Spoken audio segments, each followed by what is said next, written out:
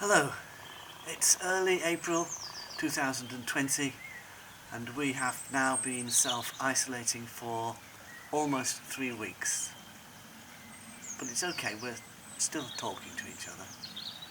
But to be honest, if you're gonna have to self-isolate, I couldn't think of a nicer place than here at home in the beautiful South Shropshire Hills.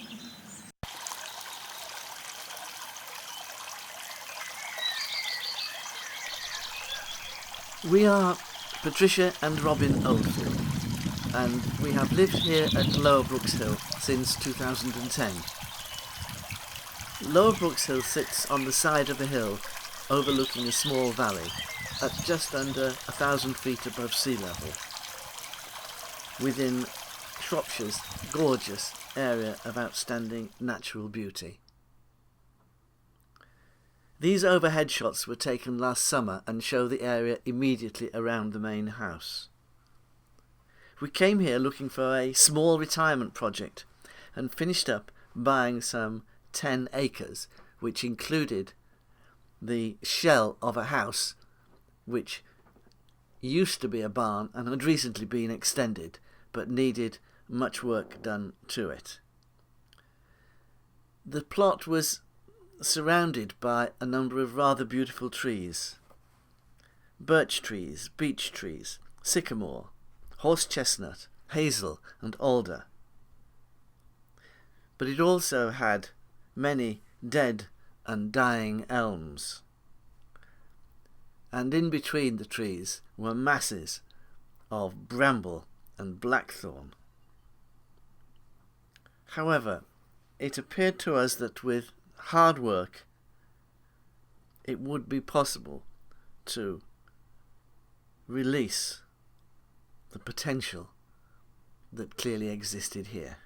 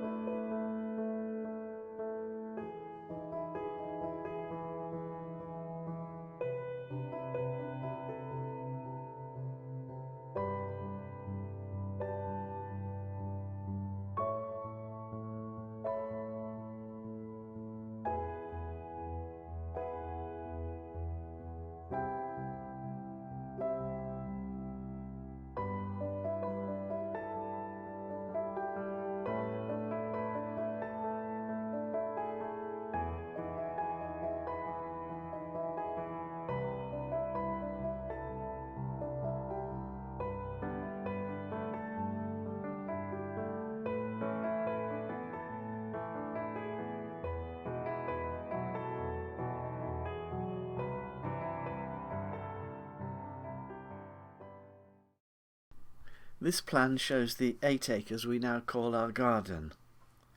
The lowest part of the land is at the top of the plan, and here is an area which we call the dingle, and here the stream, in the form of the start of the river West Onny, meanders along the valley.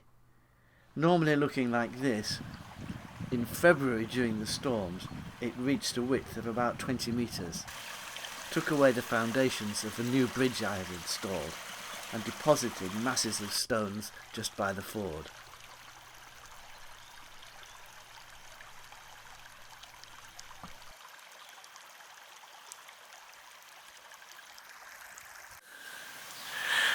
The area where I'm standing now is a bog garden, which actually does become a pond at times because I think, as it has been mentioned, it does flood. The whole area was impenetrable when we first came. It was full of blackthorn and bramble, but as we cleared and opened it up, that's allowed the primroses and the violets to come in, the celandine, the forget-me-nots, and also things like the leucogia, which have been fantastic this year. We have a lot of hellebore, and we've tried to plant a variety of blossom trees. The stitchwort is out. Bluebells won't do much for another month, but when they do come into flower, the whole bank over there will be a lovely mass of what I call bluebell blue, because you can't really define the colour of the bluebell. Well, I don't think you can anyway.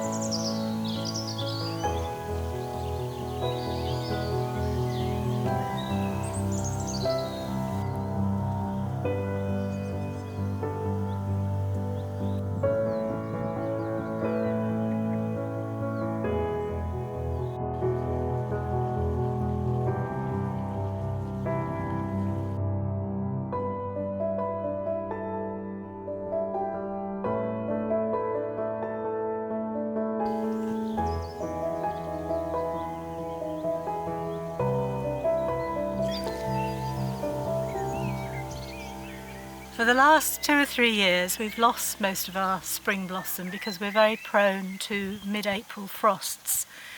Although we have had frost this year, we seem to have got away with it, and looking round the garden we think it's going to be an absolutely fantastic year for both the apple blossom, crab apple blossom, hawthorn and laburnum. And the story goes that because a lot of the local miners spent their lives underground, they planted laburnum because it was such a bright, cheerful colour and they could see it when they weren't down working in the mines.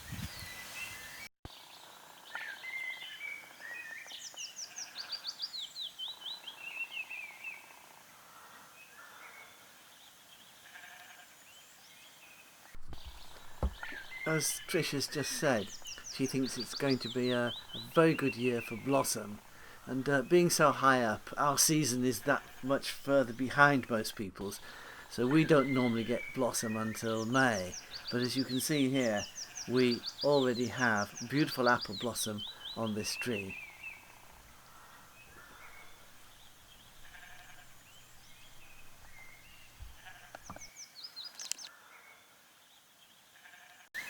One of the things I enjoy most about gardening is growing things from seed.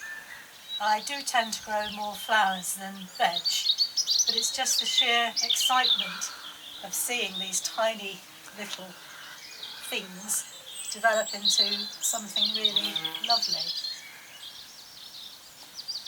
I overwinter my dahlias here, repot them in the spring because quite honestly it's so cold and wet here, there's no way they would survive.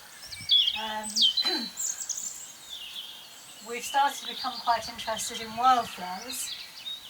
The star of the show last year when we did the open gardens was definitely the Echium vulgare, the Viper's bugloss. Unfortunately, I didn't have any to sell on my plant stall, so I did collect quite a lot last autumn and they germinated very, very well. But unfortunately, of course, there's no open gardens this year, so better luck in 2021. When the dahlias go out, the tomato plants, which are growing quite nicely at the moment, will replace them. And I also have, which you really can't see, is a Brugmansia, just starting to come into growth. I've had that for about 15 years now. When it actually is at its peak, probably around about September time, then it'll take over most of the greenhouse. Very difficult to imagine that now. These plants here are toad flax. Now I actually bought those as plugs. They arrived in January and they were looking decidedly dodgy. But I've given them a lot of TLC and they're growing quite nicely now, as you can see. Best way to describe them when they're flowering is that they look just like antirrhinums that a pixie might have in its garden. Very, very sweet little flowers.